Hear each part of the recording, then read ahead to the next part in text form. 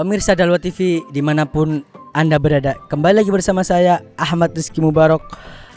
Tentunya di konten kebanggaan kami yaitu hal ta'arif. Apakah kamu tahu?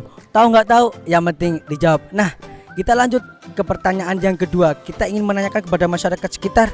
Pertanyaan yang kedua yaitu kira-kira hewan apa saja yang diperbolehkan untuk berkurban.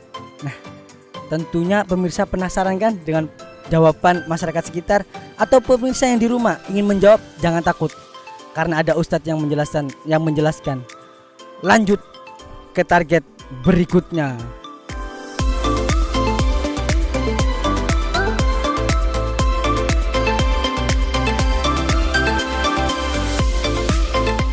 Nah, kita sudah menemukan target kita yang pertama, ya, dengan Bapak siapa? Muhammad Khairuddin. Oh ya, Bapak Muhammad Khairuddin. Ngomong Bapak ngapain di sini ya, Pak ya? Saya Banser alun-alun untuk bantuan keamanan di alun-alun yang dipertugaskan oleh dinas DLH. Oh ya, jadi gini Pak, sekarang kita berada di bulan Idul Hijjah atau Idul Adha Pak ya. Nah, saya ingin menanyakan kira-kira hewan apa saja yang boleh disembelih ketika berkurban Pak? Sapi dan kambing dan kerbau. Kalau unta gimana Pak? Boleh, tapi itu ajaran di Arab. Oh iya, yang di Arab Pak ya.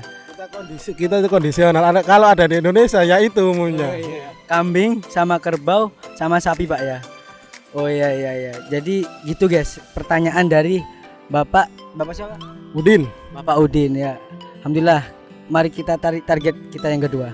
Terima kasih Pak ya.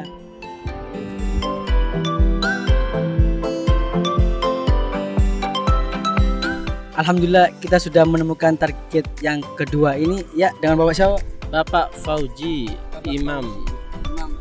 Yang satunya Bapak Adi. Bapak Amri. Pak Syarif. Bapak Syarif. Jadi gini ya Bapak. Jadi sekarang kita berada di bulan Dzulhijjah. Nah, di situ kita dianjurkan untuk Idul Adha, untuk berkurban Pak ya. Jadi di sini kami mau menanyakan kira-kira hewan apa saja Pak yang diperbolehkan untuk dikurbankan waktu berkurban tuh Pak? Sapi, kambing, kerbau. Iya. Sudah itu aja Pak ya? Iya, onta. Jadi ini Bapaknya? Ya, sapi, kalau yang mampu onta, ayam bisa, ya kambing, ya itu umumnya. Ya umumnya itu Pak ya. Jadi ini Bapaknya? Sama, jawabannya sama. Cuma kalau di sini kan nggak ada unta mas. Yang jelas yang pasti kebanyakan itu kerbau, sapi, sama kambing. Oh iya. Jadi kalau onta itu di Arab aja Pak ya? Kalau di sini bukan buat apa ya, wisata istilahnya. Enggak Pak. Ini Bapaknya apa Pak? Ya, sapi sama kambing itu. Amin Mas. Jadi jadi gitu ya dari jawaban Bapak. Mari kita lanjut ke target yang ketiga.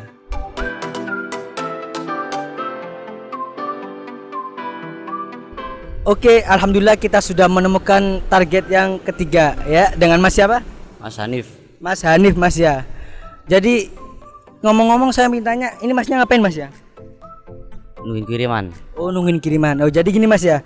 Sekarang kita berada di bulan Dzulhijjah. Nah, dan di situ dianjurkan untuk berkurban Mas ya. Jadi sini saya ingin menanyakan kira-kira hewan apa saja yang boleh dikurbankan ketika Idul Adha Mas? Kambing, sapi, kerbau, unta. Unta Mas ya. Ya. Terus apa ada lagi? Udah itu.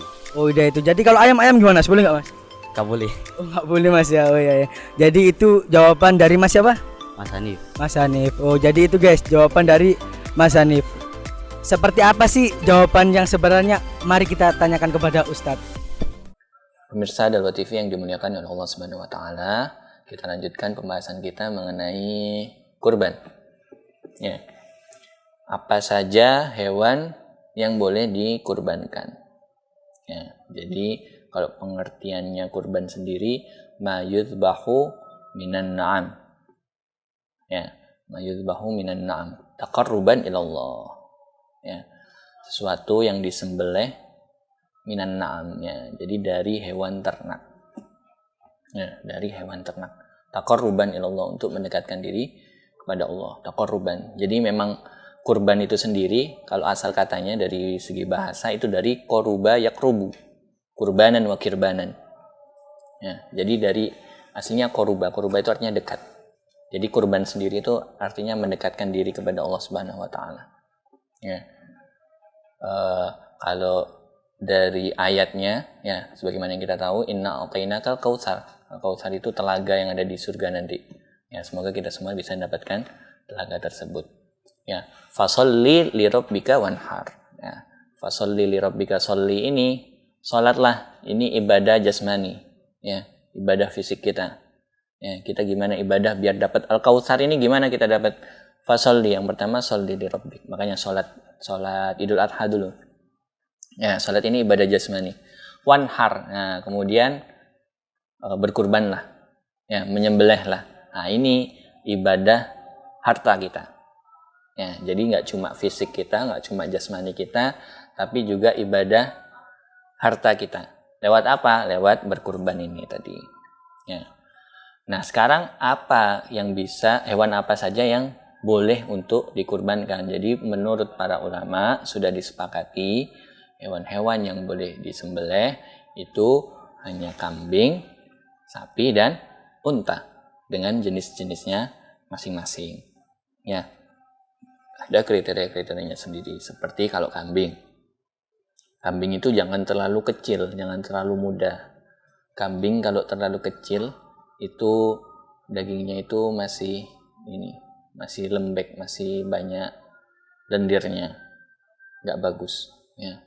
Karena sebenarnya inti dari ibadah kurban itu ketika bersedekah. Makanya yang paling bagus, ya, yang paling afdol itu yang paling besar. Ya. Jadi bukan ditanyakan yang jantan apa yang betina, sama saja hukumnya. Yang paling besar. Kalaupun itu jantan tapi kecil, tapi betina besar, maka yang betina afdal. Ya. Yang hitam atau yang putih? Nabi pernah berkurban dengan yang putih. Kembali lagi ke yang lebih besar. Ya. Kalau yang putih tapi kecil, kurus, tapi hitam ini besar dagingnya. Ya, besar hewannya, dagingnya banyak, maka yang hitam itu jadi afdal. Jadi yang afdal itu yang lebih banyak. Nah, kalau kambing itu ada do'an, ada ma'az. Ya, kalau do'an ini setelah 2 tahun. Ya, kalau ma'az ini kalau do'an ini setelah setahun, lebih cepat besarnya. Ya, kalau ma'az itu setelah 2 tahun, yang kibas. Ya. Dan itu sudah besar, sudah dewasa. Gimana tahu saat dia dewasa, Ustaz? Kan tidak ada akte kelahirannya ya.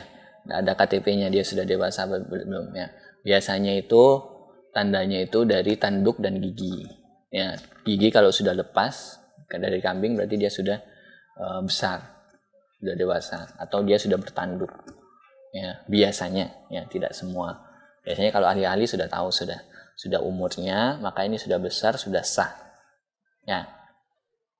Kalau masih kecil, jatuhnya kembali lagi seperti tadi, jatuhnya sodako, ya, nggak berkurban.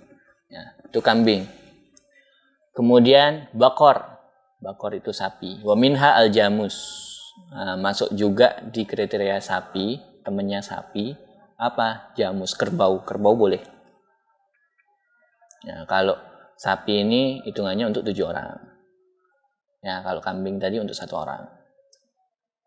Itu soalnya ada hadisnya juga dari Nabi bahwasanya sapi an sab'ah, jadi untuk 7 orang. Ya. Kemudian yang berikutnya ebel.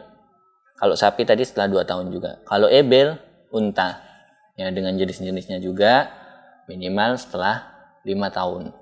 Jadi udah besar. Setelah 5 tahun ebel ini masuk. Terus mana urutannya saat yang paling afdol yang mana ini? Ya, yang paling afdol yang mana ini? Yang paling afdol itu yang paling besar. Ya, kalau menurut mazhab Imam Malik, bahwasanya urutannya itu kambing dulu, kemudian sapi, kemudian unta. Tapi kalau menurut mazhab Syafi'i, unta dulu, kemudian sapi, kemudian kambing. Tapi semuanya sebenarnya kembali ke dagingnya tadi yang lebih besar. Kalaupun dia kurbannya pakai kambing, tapi berat, lebih berat daripada kalau sapi dibagi 7, ya maka kambing dia lebih afdal. Ya, iya dia kurban sapi, tapi sapinya kurus, ya, kurus kecil, ya, maka enggak jadi afdal, ya. Dan juga enggak ngelihat ke harga. Ya. Harga kambing ini udah sampai 5 juta ini, harga kambing ini 6 juta, tapi kalau kurus kering tetap. Ya, jadi jatuhnya itu bukan di apa yang dikeluarkan, tapi kambingnya ini, ya, daging yang didapatkan ini banyak atau tidak. Ya, jadi seperti itu. Jadi hewan-hewan kurban yang diperbolehkan itu tadi, ya, ada ghanam, ya, dari minad dha'n wal ma'az, ya. Ada kambing kibas atau kambing yang biasa, ya, ada juga sapi, ya, dan juga unta. Sapi dan unta ini untuk 7 orang. Ustaz, kalau kurban pakai uang, contohnya kalau di masyarakat yang terjadi itu, contohnya ya, kita bikin contoh gambaran sekolah bikin iuran. Sekolah bikin iuran, satu kelas ini mau bikin kurban sapi, jadi satu orang 200.000 atau 300.000, contohnya, misal bikin iuran, jadi dia berkurban dengan uang, berkurban 300.000, ya. Atau kita satu kelas ini coba beli kambing, ya, satu anak bayar 50.000 atau 100.000. Nah, ini gimana hukumnya, Ustaz? Hukumnya tidak jatuh ke kurban, tetap mendapatkan pahala, tapi pahala sedekah. Nah, jadi pahala di tanggal Dzulhijjah tadi, 10 Dzulhijjah itu pahalanya besar. Ya, ma min ayyamin al-amalus salih fihinna ahabba ilallah min hadhil ayyamil ashar. Tidak ada suatu amalan yang lebih dicintai oleh Allah Subhanahu wa taala dari 10, lebih dari 10 hari ini. Apa itu? Dari tanggal 1 sampai 10 Dzulhijjah. Jadi 1 sampai 10 Dzulhijjah ini amalan perbuatan kebaikan soleh apapun itu pahalanya lebih besar. Ada yang nanya, walau jihad fisabilillah, walaupun jihad fisabilillah, walaupun berperang, itu pahala dari amal soleh di 10 hari ini itu lebih baik. Makanya dari tanggal 1 sampai tanggal 9 kalau bisa puasa, pahalanya besar. Dan yang paling lebih afdal lagi di tanggal 9-nya. Kenapa? Karena dia hari Arafah. Ya. Hari Arafah itu disunahkan lagi berpuasa. Nah, kalau tanggal 10-nya itu nggak boleh, haram untuk berpuasa. Ya. Apa amalan soleh yang paling dicari? Ma'amila adamiyun, ya, ahabba ilallah min iraqatid dam. Kalau yang paling afdal ketika Dzulhijjah, ketika 10 Dzulhijjah, ketika hari Idul Adha itu iraqatid dam, berkurban tadi. Ya. Wa innaha la ta'ti bi quruniha wa asy'ariha wa adlafiha. Ya. Nanti itu hewan kurban yang kita kurbankan itu nanti ketika hari kiamat, wa innaha la ta'ti yaumal qiyamah, datang hari kiamat itu dengan tanduknya, dengan asy'ar, dengan bulu-bulunya, dan dengan kuku-kukunya. Ya. Kenapa sih kok tanduknya? Pengibadatannya Rasul itu dengan tanduknya, dengan bulunya. Nah, ini subhanallah, ya, memang jawami'ul kalim Rasulullah itu ada maknanya. Kenapa kok pakai kurun ibaratnya beliau, pakai tanduk, padahal tanduk, bulu, adlaf, kuku-kukunya kambing itu nanti adalah bagian yang dibuang. Ya. Nggak ada orang ngundang, ayo datang ya, nanti ana mau ngegule bulu kambing, ana mau ngegule tanduknya kambing. Nggak ada, itu semua bagian-bagian yang dibuang. Jadi maksudnya apa? Bahkan bagian yang dibuang pun itu nanti bakal datang di hari kiamat. Ya, bakal datang jadi tunggangannya kita. Ya, jadi itu ibaratannya. Jadi yang bakal dibuang pun itu nanti bakal bermanfaat nanti ketika hari kiamat, jadi tunggangan kita di hari kiamat. Ya, seperti itu. Jadi kembali lagi, gak usah mandang ke hewan apa nanti yang kita, tapi kurbankan Kalau bisa berkurban, kurbankanlah. Ya, kambing, sapi atau unta tadi. Kalau bisa berkurban. Kita nggak bakal sebanding dengan Nabi Ibrahim. Ya, Nabi Ibrahim nggak disuruh berkurban kambing, nggak disuruh berkurban sapi, nggak disuruh berkurban unta. Suruh kurban apa? Suruh kurban yang paling dicintainya, yang paling ditunggu-tunggunya. Ya, putranya sendiri, Ismail. Ya, kita nggak disuruh kurban anak kita sendiri, suruh kurban kambing. Jadi kalau memang mampu kurban kambing, kurbanlah kambing. Pemirsa Dalwa TV yang dimuliakan oleh Allah Subhanahu wa taala, akan kita lanjut setelah segmen yang berikut ini. Baik, telah kita dengarkan kesimpulan dari Ustadz tentang hewan apa saja yang boleh dikurbankan. Nah, semoga pemaparannya bermanfaat bagi kita semua. Amin amin ya rabbal alamin. Nah, sekarang kita lanjut ke pertanyaan berikutnya. Nah, kira-kira seperti pertanyaan apa ya? Pertanyaan seperti apa yang mau kita tanyakan kepada masyarakat sekitar? Nah, kalian penasaran kan? Jangan kemana-mana, tetap di Dalwa TV.